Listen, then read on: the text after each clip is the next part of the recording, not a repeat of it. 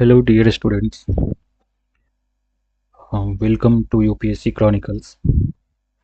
और आप history optional के लिए एंसेंट इंडिया की लेक्चर सीरीज देख रहे हैं, जिसमें अभी हम हड़प्पन सिविलाइजेशन को कवर कर रहे हैं।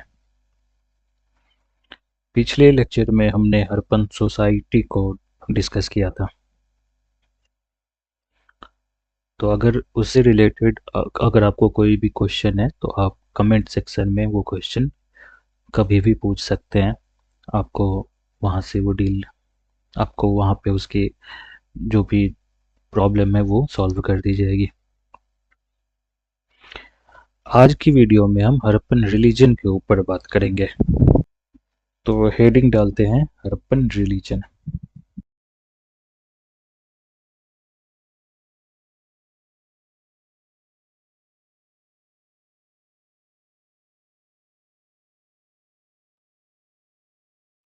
हड़प्पन रिलीजन, देखो, रिलीजन किसी भी कल्चर की एक बहुत ही इम्पॉर्टेंट कंपोनेंट होती है, और वो कल्चर कितने भी प्रिमिटिव क्यों ना हो, एक तरह की रिलीजियस बिलीफ्स या किसी भी तरह की बिलीफ सिस्टम हमें वहाँ पे देखने को मिलती ही है।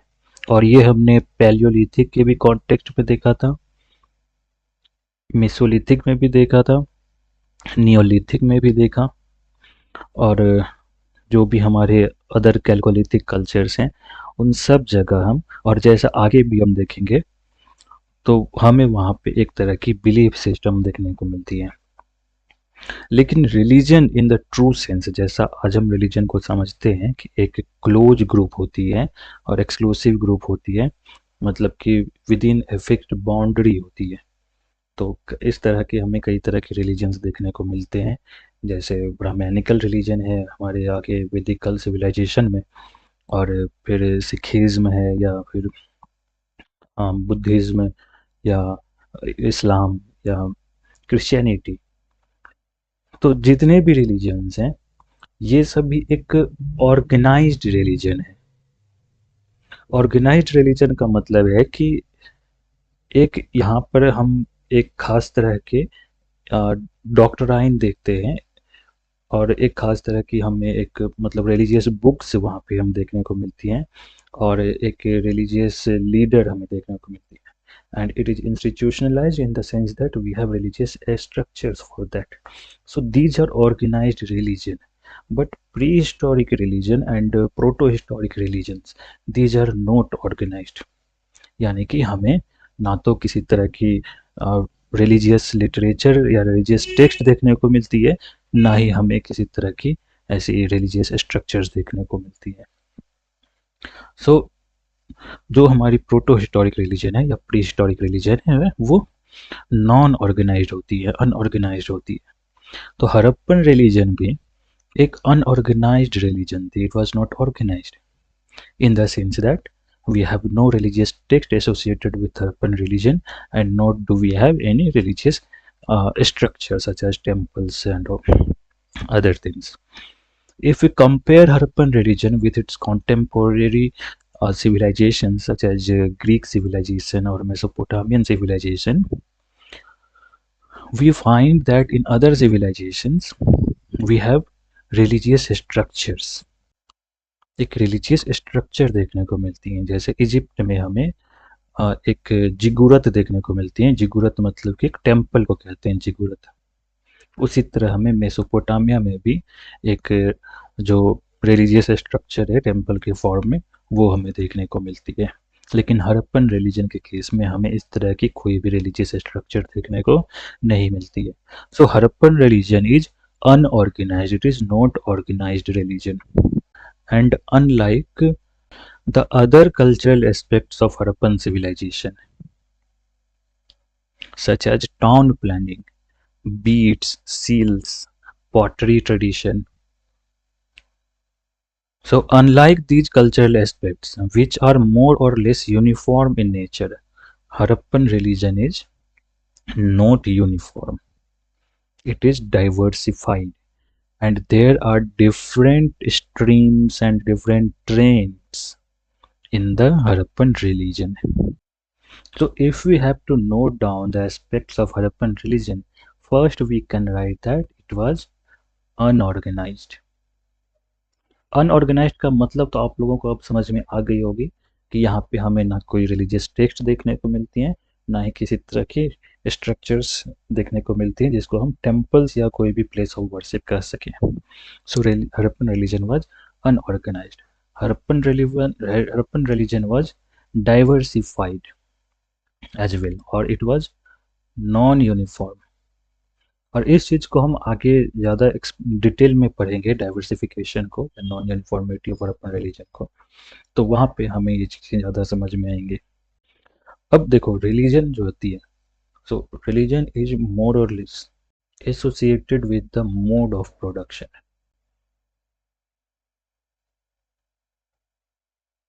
मोड ऑफ प्रोडक्शन से एसोसिएटेड होती है रिलीजन. तो जिस समय की जैसे मोड ऑफ प्रोडक्शन होगी तो उसके एलिमेंट्स हमें रिलीजन में देखने को मिलते हैं.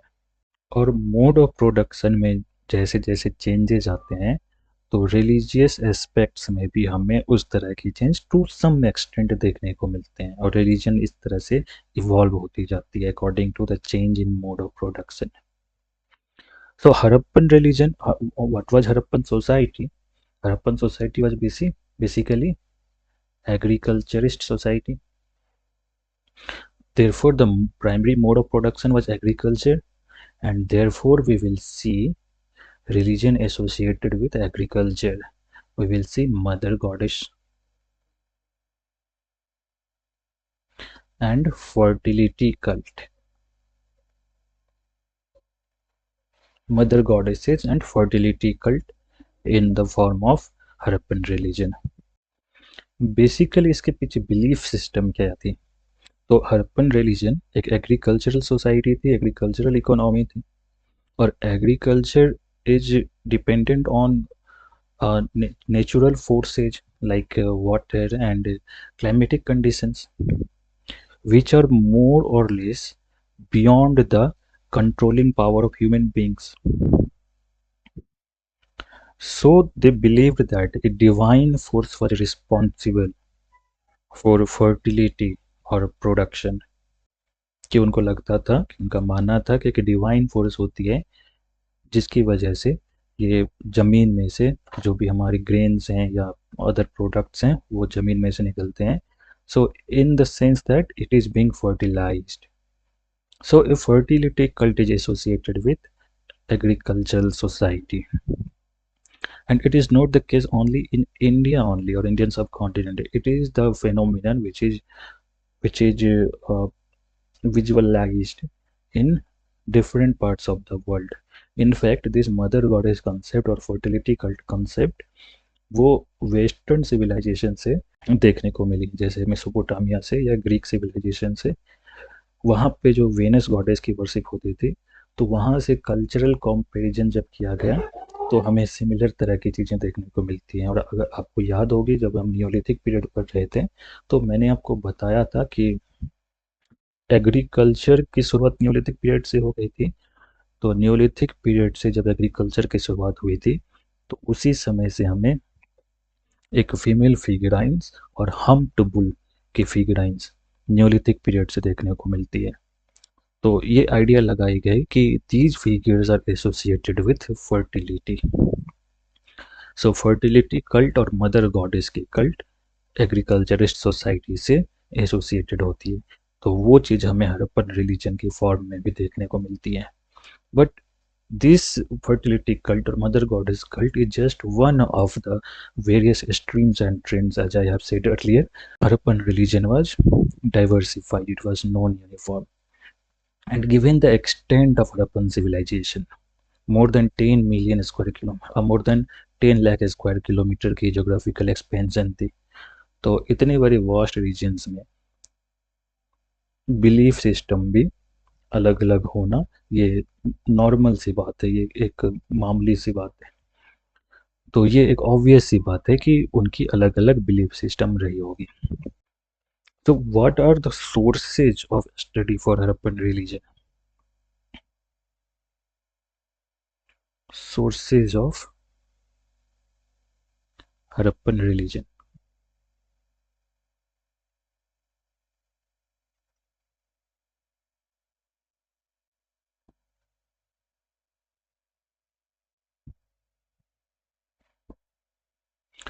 नॉर्मली किसी भी रिलीजन के सोर्स ऑफ स्टडी में उनके रिलीजियस स्ट्रक्चर्स को स्टडी की जाती है। हड़प्पा के केस में हमें इस तरह की रिलीजियस स्ट्रक्चर्स देखने को नहीं मिलती हैं, लेकिन फिर भी कुछ स्ट्रक्चर्स हैं जहाँ जिसको हम एज ए स्टडी यूज करते हैं, जैसे मोहनजोदारो की जो ग्रेट बात है, तो उस पे वो नॉर्मल बात ना हो करके उसको हम रिचुअलिस्टिक बात के रूप में देखते हैं, क्योंकि वहाँ पे हमें कुछ ऐसे चार्ट ग्रेन्स मिले हैं। सो उनके स्टडी पे हम ये कह सकते हैं कि basically it was related to ritualistic बात, नॉट नॉर्मल बात। तो रिलीजियस स्ट्रक्चर्स हमें हड़प्पन सिविलाइजेशन के केस में बहुत ज़्यादा देखने को नहीं मिले, इनफैक्ट रिलीजियस स्ट्रक्चर्स तो देखने को मिले भी नहीं हैं। फिर भी कुछ स्ट्रक्चर्स को हम इन्फर कर सकते हैं जो रिचुअलिस्टिक या रिलीजन के लिए यूज की जाती होगी, for example great bath of Mohenjodaro.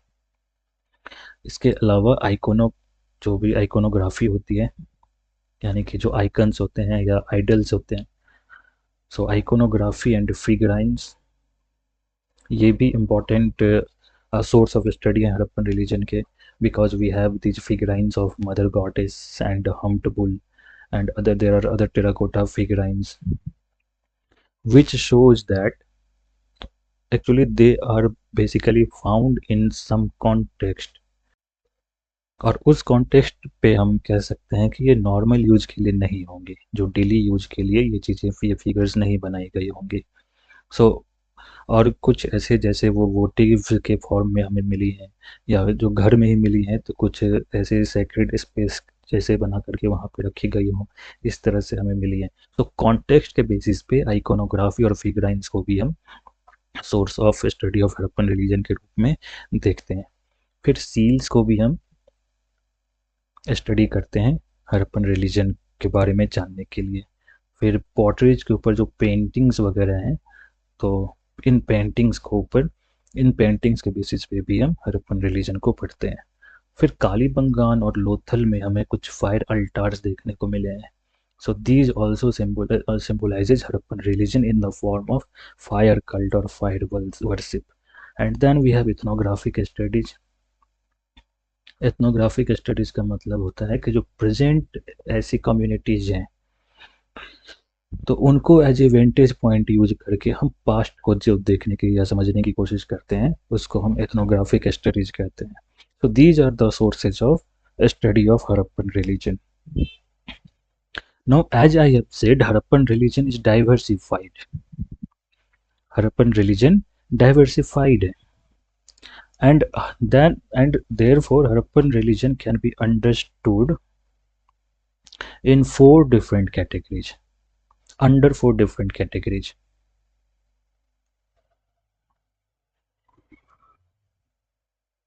Harappan religion को चार अलग अलग कैटेगरीज के अंडर पढ़ी जा सकती है, देखी जा सकती है।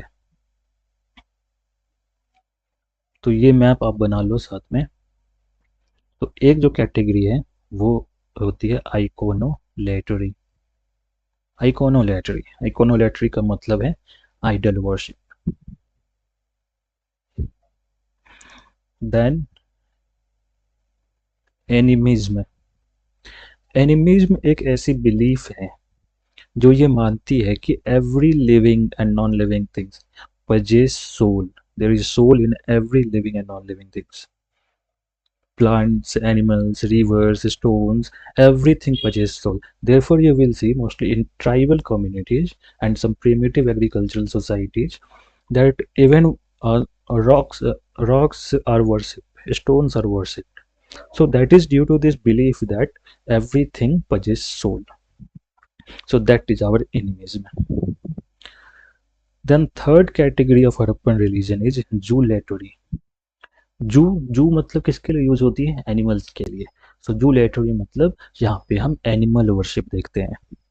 एंड फाइनली हम रिचुअलिज्म भी देखते हैं हड़प्पन रिलीजन के कॉन्सेप्ट में, जैसे कई सारे टोटेमिक जो भी जो हमें मतलब कि एक तरह की पेंडेंट्स वगैरह देखने को मिलती हैं या ब्रेसलेट्स देखने को मिलती है, तो ये एक तरह की चार्म्स एंड स्पेल्स के लिए यूज होती है। और बेसिकली इसका पर्पस ये है कि अगर मान लो कि भगवान है, गॉड है या कोई डिवाइन फोर्स है, तो वो अगर हमारा हित ना करे तो कम से कम हमारा अहित भी ना करे।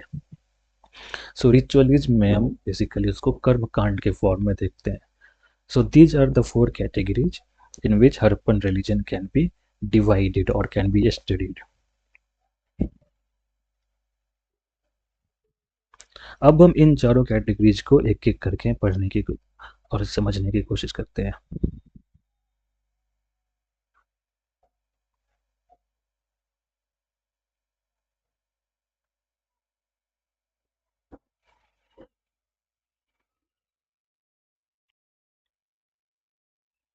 आइकोनोलेटरी मतलब यहाँ पे हम आइडल वर्शिप देखते हैं, मूर्ति पूजा। एनिमिज्म मतलब basically a believe that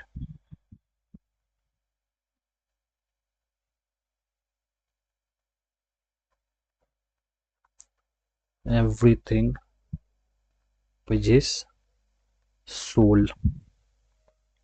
Zulatry is animal worshipping, and ritualism is our rituals. इसको हिंदी में कर्म कांड कहते हैं, कर्म कांड कहते हैं।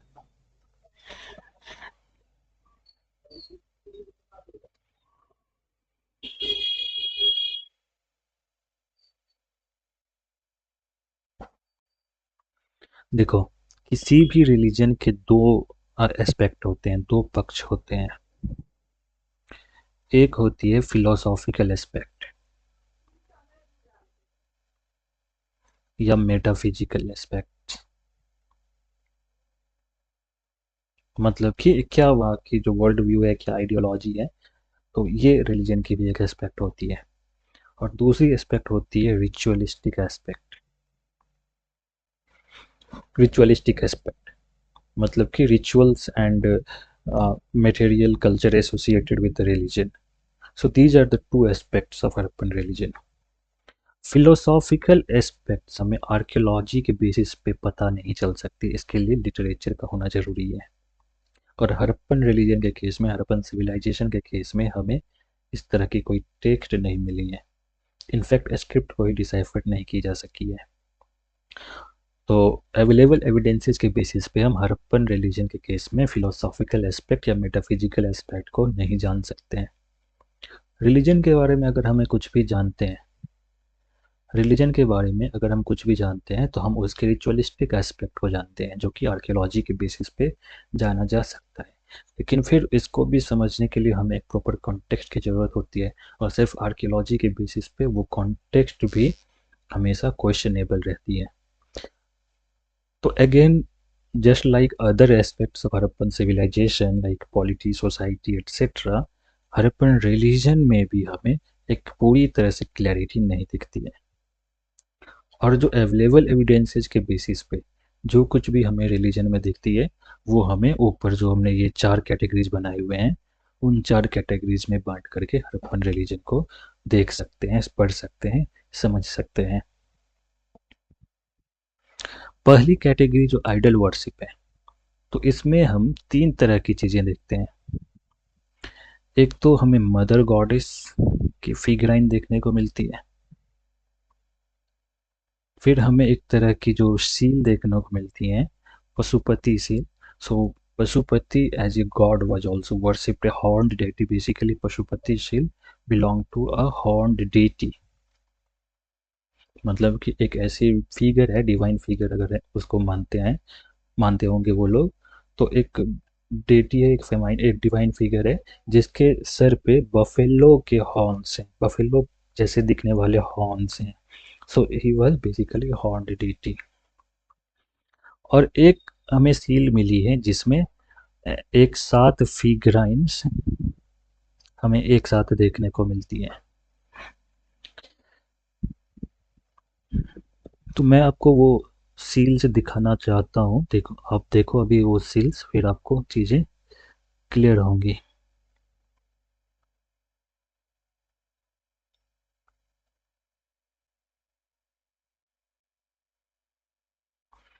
ये देखो, यहाँ पर जो आप देख रहे हैं, ये जो 7 फिगर्स हैं,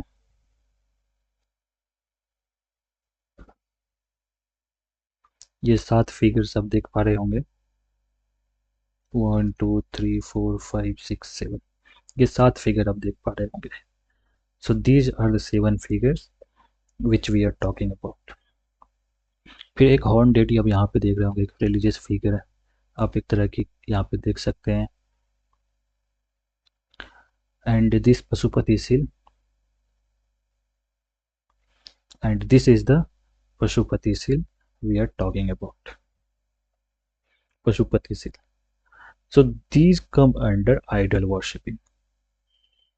ऑल्दो ध्यान रखने वाली ये बात है कि ये जो पशुपति सील है, इनकी डिपिक्शन हमें सिर्फ सील्स और टेराकोटा केक्स में ही, मतलब टेराकोटा के जो केक्स हैं, टेराकोटा के जो कुछ ऐसे फिगर है, मोल्डेड फिगर हैं केक के फॉर्म में, टेबलेट के फॉर्म में, हमें उन पे ही देखने को मिलती हैं। इनकी आइडल में neither in terracotta nor in any metal idol form हमें ये चीज neither in even not in even in stone artifact stone figures हमें ये Pashupati seal, Pashupati figure, horn या हॉर्न डेटी फिगर देखने को मिलते हैं। Horn deity figure is only represented in seals and some terracotta cakes और terracotta tablets.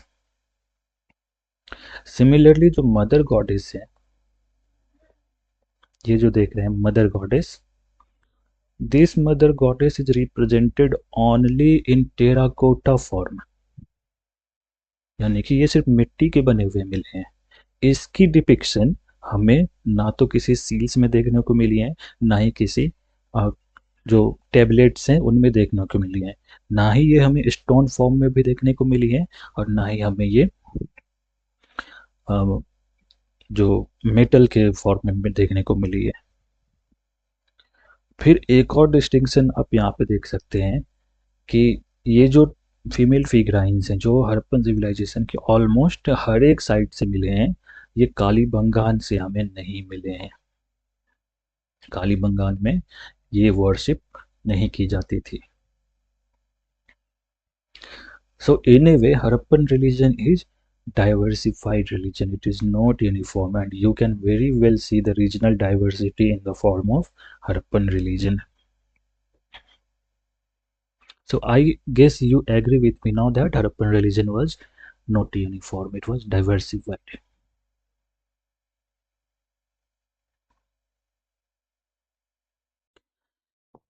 So what was the belief system behind this mother goddess worship? So it was basically associated with fertility and maternity cult.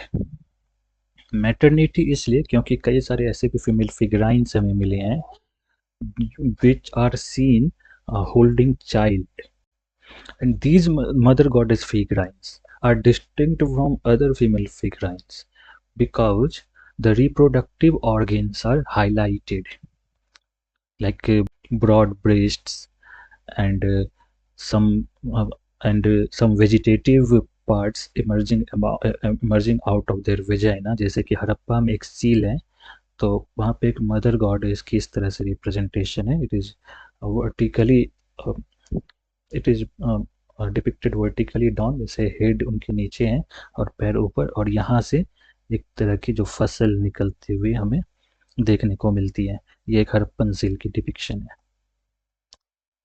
So it सिंपलाइजेज mother earth, जैसे अर्थ से हमें यहाँ से agricultural produce देखने को मिलते हैं, उसी तरह की रिप्रेजेंटेशन हमें इन सील से देखने को मिलती है। सो बेसिकली ये सील्स हमें कहाँ से मिली हैं? हड़प्पा से मिली है। तो हड़प्पा में कम से कम ये बिलीफ रही होंगी अर्थ मदर की वर्शिप की, और धीरे धीरे ये जो अर्थ मदर की वर्शिप है वो मदर गॉडेस के कल्ट के रूप में इवॉल्व होती चली गई आगे चल करके। सो fertility cult is very important. Similarly, fertility cult can be seen in the form of the worship of bull bull was and particularly humped bull, दो तरह के हम्पलेस बुल भी हमें हड़प्पन सील्स में देखने को मिल गए हैं, but humped bull representing masculinity. So it was also associated with fertility cult, because bull was used for agriculture, right? So bull must have been venerated or worshipped in the form of fertility cult. Then we have some male and female reproductive organs, and these are called phallus. So phallus are basically male and female genital organs, reproductive organs. So lingas and yoni worship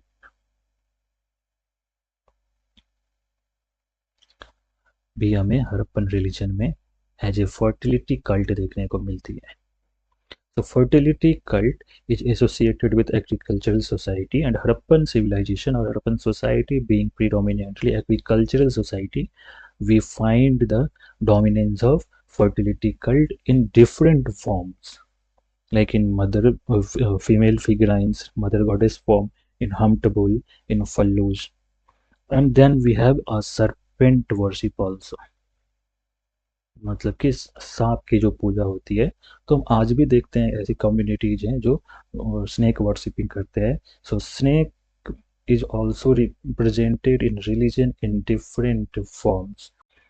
Then we have horned deity or Pashupati, and this horned deity Pashupati, which is also believed to be the prototype of Shiva, hence called Proto Shiva, by John Marshall and Mortimer Wheeler. So these are represented on multiple media. This Proto Shiva is represented on multiple media. It is represented on seals. It is represented on terracotta cakes.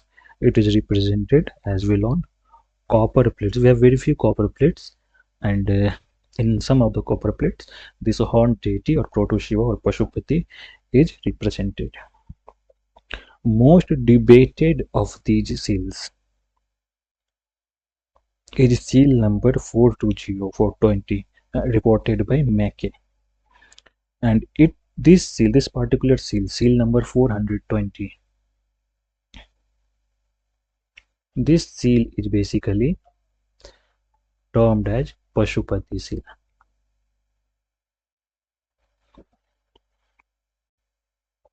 Now John Marshall identified this seal as Pashupati Shiva, and he identified some of the features of Shiva in this seal. Just like, let's go back to the seal.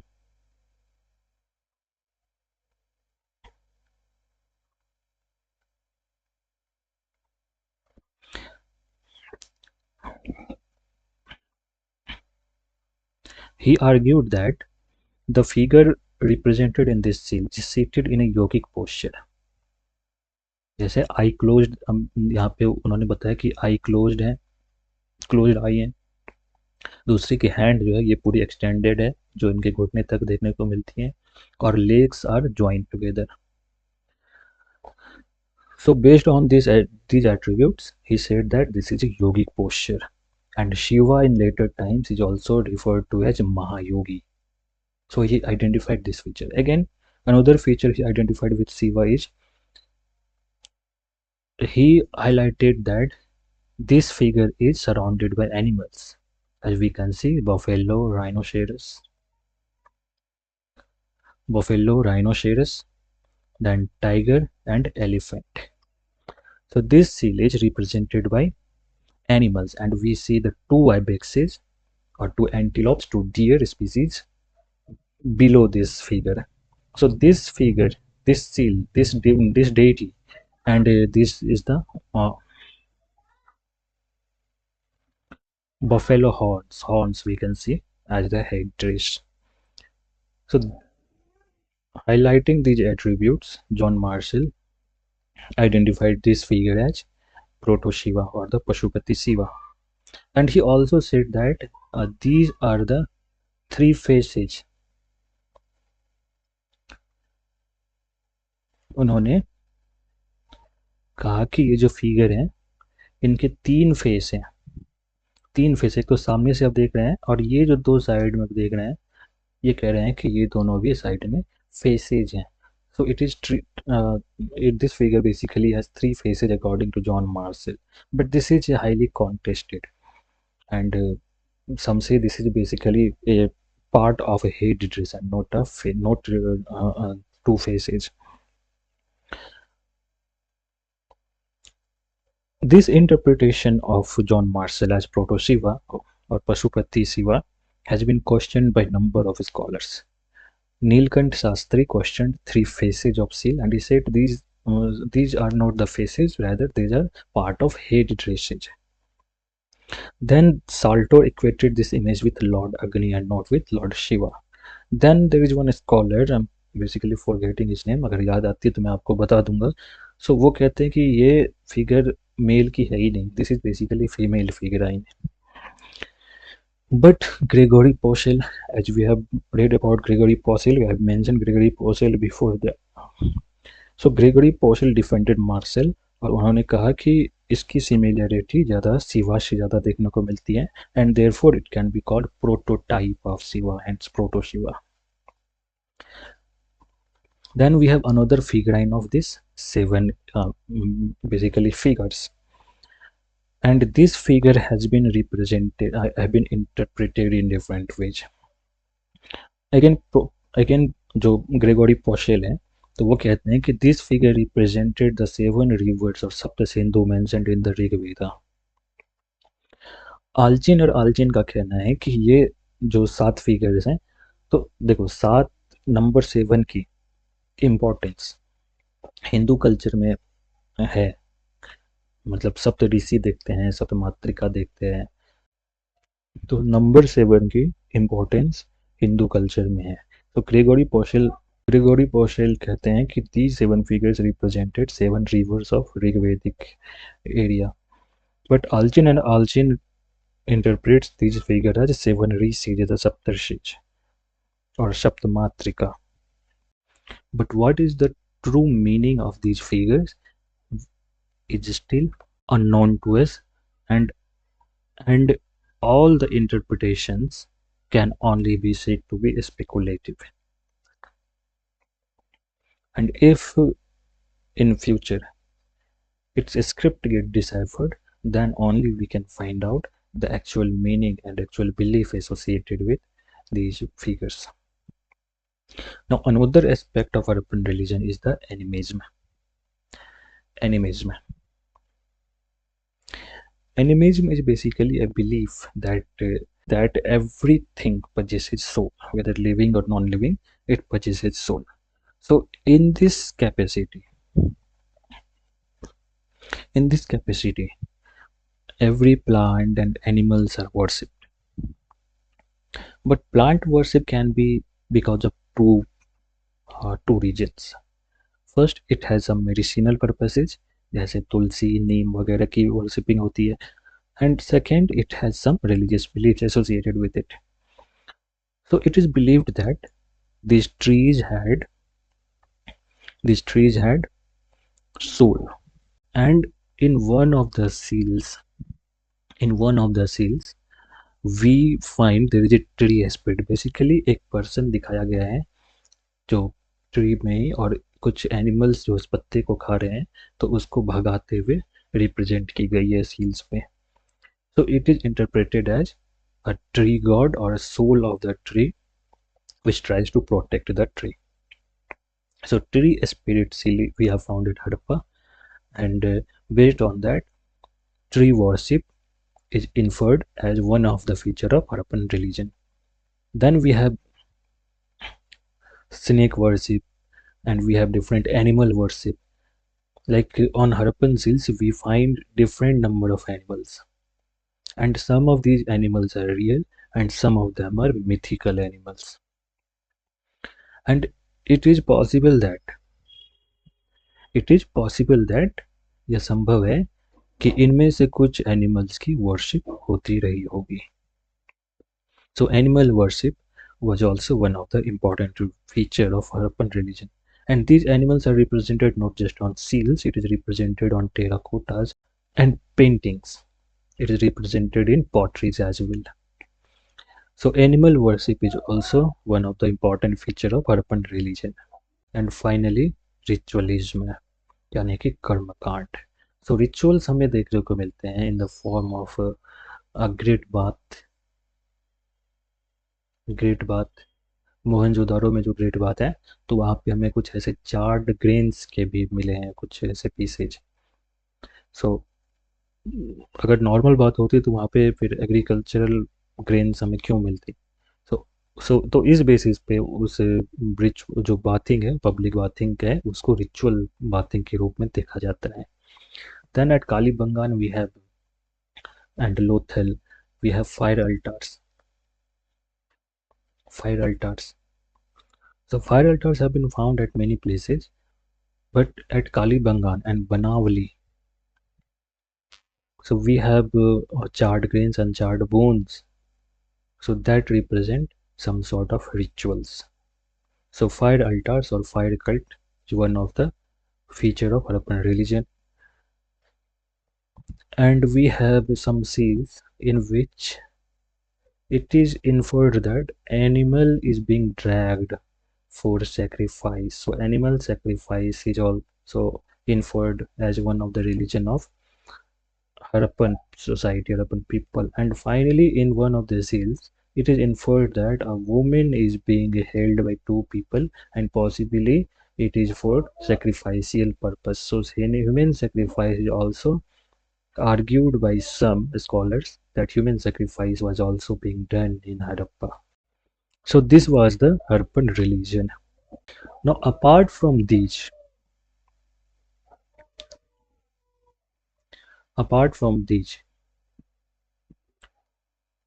funerary practices is also associated with religious activity.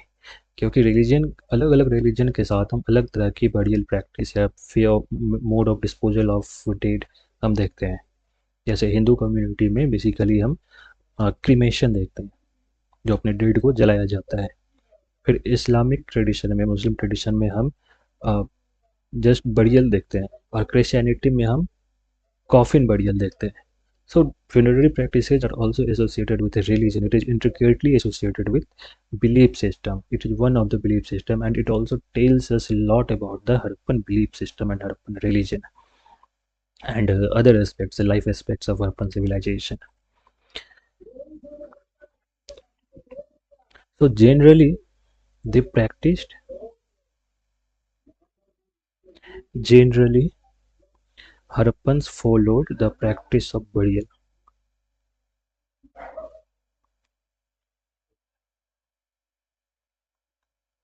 Followed the practice of burial. But cremation of dead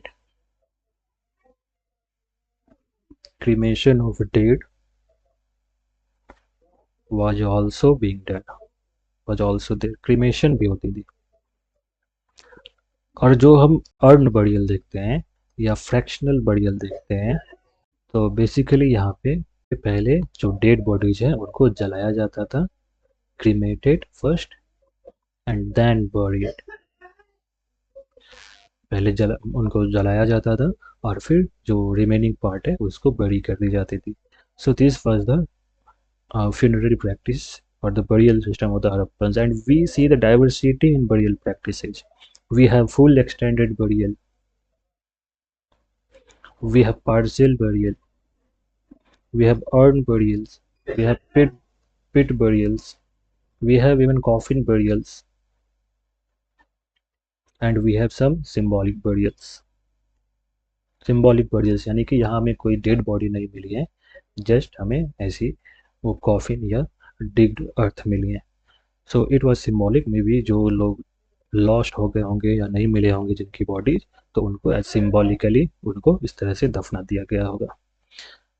लेकिन यहाँ पे एक historical debate है छोटी सी, कि जिस तरह की पॉपुलेशन होगी हरप्पन साइट्स की और जितनी बरियल्स हमें मिली हैं,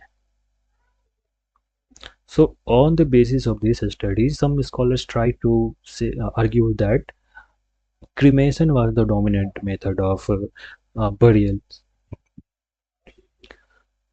But again, in the absence of evidences, nothing can be said with certainty. And this is Harappan religion, but Harappan religion, by studying Harappan religion, although we have some elements, some characteristics of Harappan religion can be inferred from these evidences, like there was the system. It was a diversified religion. Was diversified religion was unorganized. और जहाँ पे idol worshipping दिखती है तो वहाँ पे हमें कुछ एलिमेंट ऑफ भक्तिज्म भी देखने को मिलती है. Bhaktism and idol worship are synonymous. तो आइडल वर्शिपिंग के साथ भक्तिज्म की भी हमें कुछ संकेत मिलती है.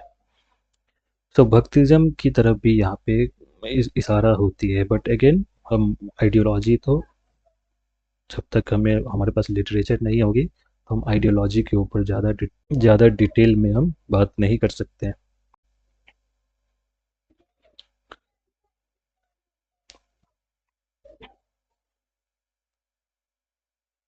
And we have the element of polytheism, जिसको हिंदी में हम लोग कहते हैं बहुदेववाद. There were multiple gods that were worshipped. We have worship of Proto-Shiva, we have worship of mother goddesses, we have worship of other symbols, we have worship of animals, we have worship of trees, we have worship of these different types of cults like fire cult, water cult, uh, different types of ritualism. So Harappan religion was polytheism, and it is basically polytheism because of the cosmopolitan nature of Harappan society. Because of cosmopolitan nature of Harappan society. Cosmopolitan का मतलब होता है कि कई सारे background से लोग आकर के एक जगह रहते हैं. तो वो हमने देखा ही था कि हड़प्पन society consisted of different racial and ethnic groups. We have proto Australoids, we have Mongoloids, we have Alpines, we have Mediterraneans, we have Negroids. So different racial groups coexisted, and these existence, the coexistence of different racial groups underlines that there must be different customary traditions as well, must be coexisting in the Harappan society. So cosmopolitan nature of Harappan society gives us this polytheism nature of and diversified nature of Harappan religion. But still there are some questions that remain unanswered. Like, did they have a single belief system, or were there multiple religions? Or did it spread beyond Harappan zone or remain confined to the core Harappan regions? And can it be related to any modern religion in general and Hinduism in particular? तो ऐसे questions हैं जिनके answers हमें नहीं मिल पाते हैं. और may be आगे चल करके अगर स्क्रिप्ट को डिसाइफर कर लिया गया या किसी तरह की टेक्स्ट हमें हमारे हाथ लग जाती है, तो मे बी उसके बेसिस पे हम हड़प्पन के कई सारे एस्पेक्ट्स के ऊपर हमारी जो अंडरस्टैंडिंग है वो और भी ज़्यादा स्ट्रांग हो गई, या कई सारी अंडरस्टैंडिंग हमारी बदल भी सकती है. So this was all about Harappan religion. In the next lecture, we will try to do some questions on society and religion, and then we will move on to art and architecture, and finally towards the decline of Harappan civilization. So see you in the next video. Meanwhile, subscribe to UPSC Chronicles and share this video with your friends, and keep learning.